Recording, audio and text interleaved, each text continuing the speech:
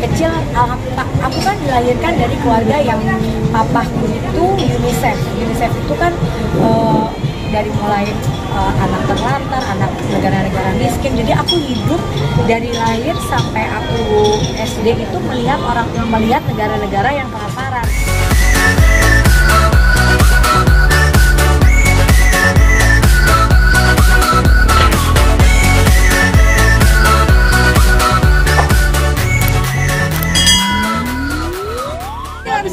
Buat teman-teman media yang tahu gimana dulu yayasan aku Deharmansyah ini berdiri sendiri, kan kita kayak mulai dari bangun rumah orang atau misalnya kasih bantuan-bantuan itu kan semua dari pribadi ya gitu. Aku merasa kayak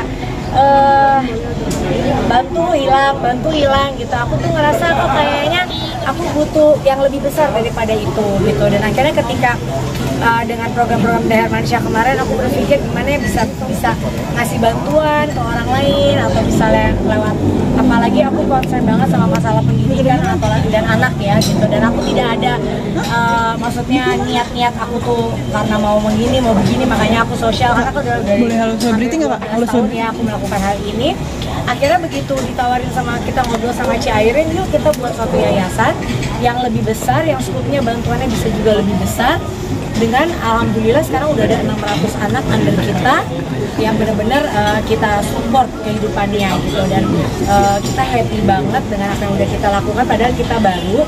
Nah, hari ini tuh sebenarnya bukan press con tentang Passion of Love-nya, karena Passion of Love itu udah 3 bulan dan kita hari ini alhamdulillah diterima oleh organisasi yang lebih besar lagi, yaitu Lions Club, untuk dijadikan salah satu member dari mereka, karena ini kan organisasi yang dunia ya gitu. Jadi kalau kita mau minta bantuan yang lebih besar lagi, mudah-mudahan kita juga support gitu. Dan alhamdulillah visi aku dengan adanya Dr. Devia, Ci Airin, Mbak Seri, ada Hans dan lain-lain, semua yang ibu-ibu yang di situ niatnya tuh sama gitu, bahwa kita udah umur segini, kita apalagi sih yang mau kita pikirin di dunia ini gitu. Dan yang kedua, kita mengajarkan anak-anak kita bahwa hidup kalian itu udah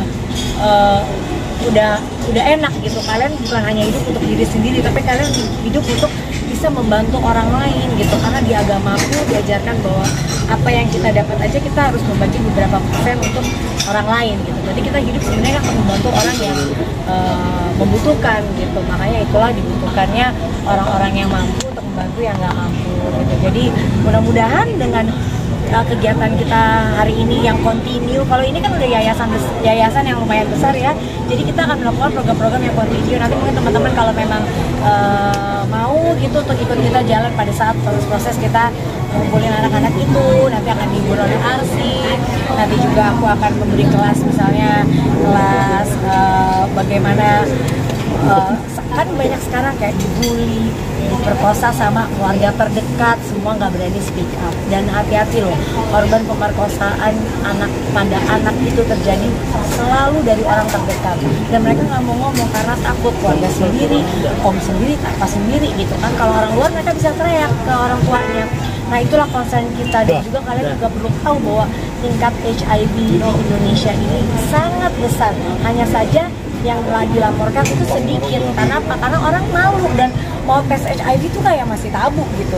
Akhirnya dibilangnya meninggalnya ini penyakitnya, karena nggak pernah di blow up bahwa meninggalnya itu karena ini gitu. Jadi aku concern banget, apalagi aku punya anak-anak, punya cucu. Jadi kita jangan mikirin diri kita sendiri, kita bisa mikirin orang lain juga. Dengan kegiatan-kegiatan yang positif ini mudah-mudahan bisa membawa apa ya, dan bukan cuma aku, pasti banyak orang di Indonesia ini yang mau melakukan hal ini, cuma mungkin nggak ngomong-ngomong. Nah kalau kita bukan ngomong, tapi kita buat yayasan supaya lebih besar lagi dan skupnya tuh bisa lebih besar.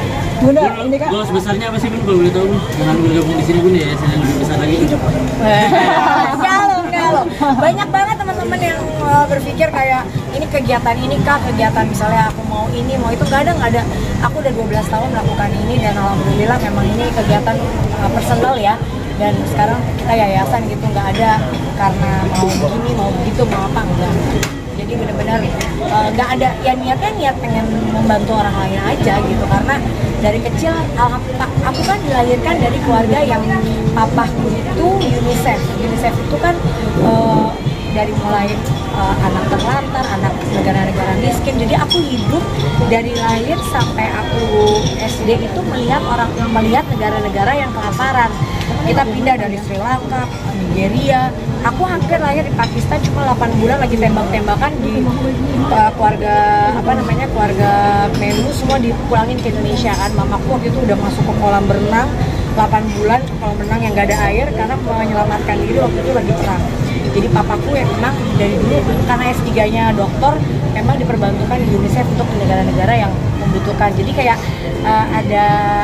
ada sesuatu di diriku yang kayak aku harus meneruskan ini gitu. Memang kayak kepengen aja gitu, dan aku melihat bahwa kegiatan kayak gini tuh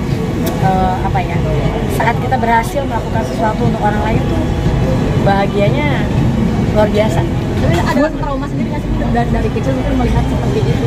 Aku sebenarnya nggak terlalu ingat waktu kecilnya gimana, cuma kan karena papaku dulu, aku waktu bahagianya aku tuh waktu hidup di New York doang karena di headquartersnya UNICEF di Amerika. Tapi selebihnya tuh kita di Pakistan, di Nigeria, di Sri Lanka, di mana itu benar-benar orang yang nggak cuma pakai apa tuh kayak kalau di sini kan koteka, kalau ini cuma pakai celana dalam anak-anaknya, benar-benar hidupnya benar-benar kurus, kelaparan. Dan papaku di situ, aku gimana ngeliat bagaimana papaku bertugas, ngeliat bagaimana mamaku tuh membantu orang-orang ibu-ibu di sana untuk ayo bekerja gitu, ayo gimana begini begitu. Aku tuh jadi kayak terbawa untuk melakukan itu. Jadi inget masih ada, cuma nggak terlalu banyak ya karena masih kecil juga gitu. Jadi mudah-mudahan ya ini buat orang tua aku juga dapat pahala kan.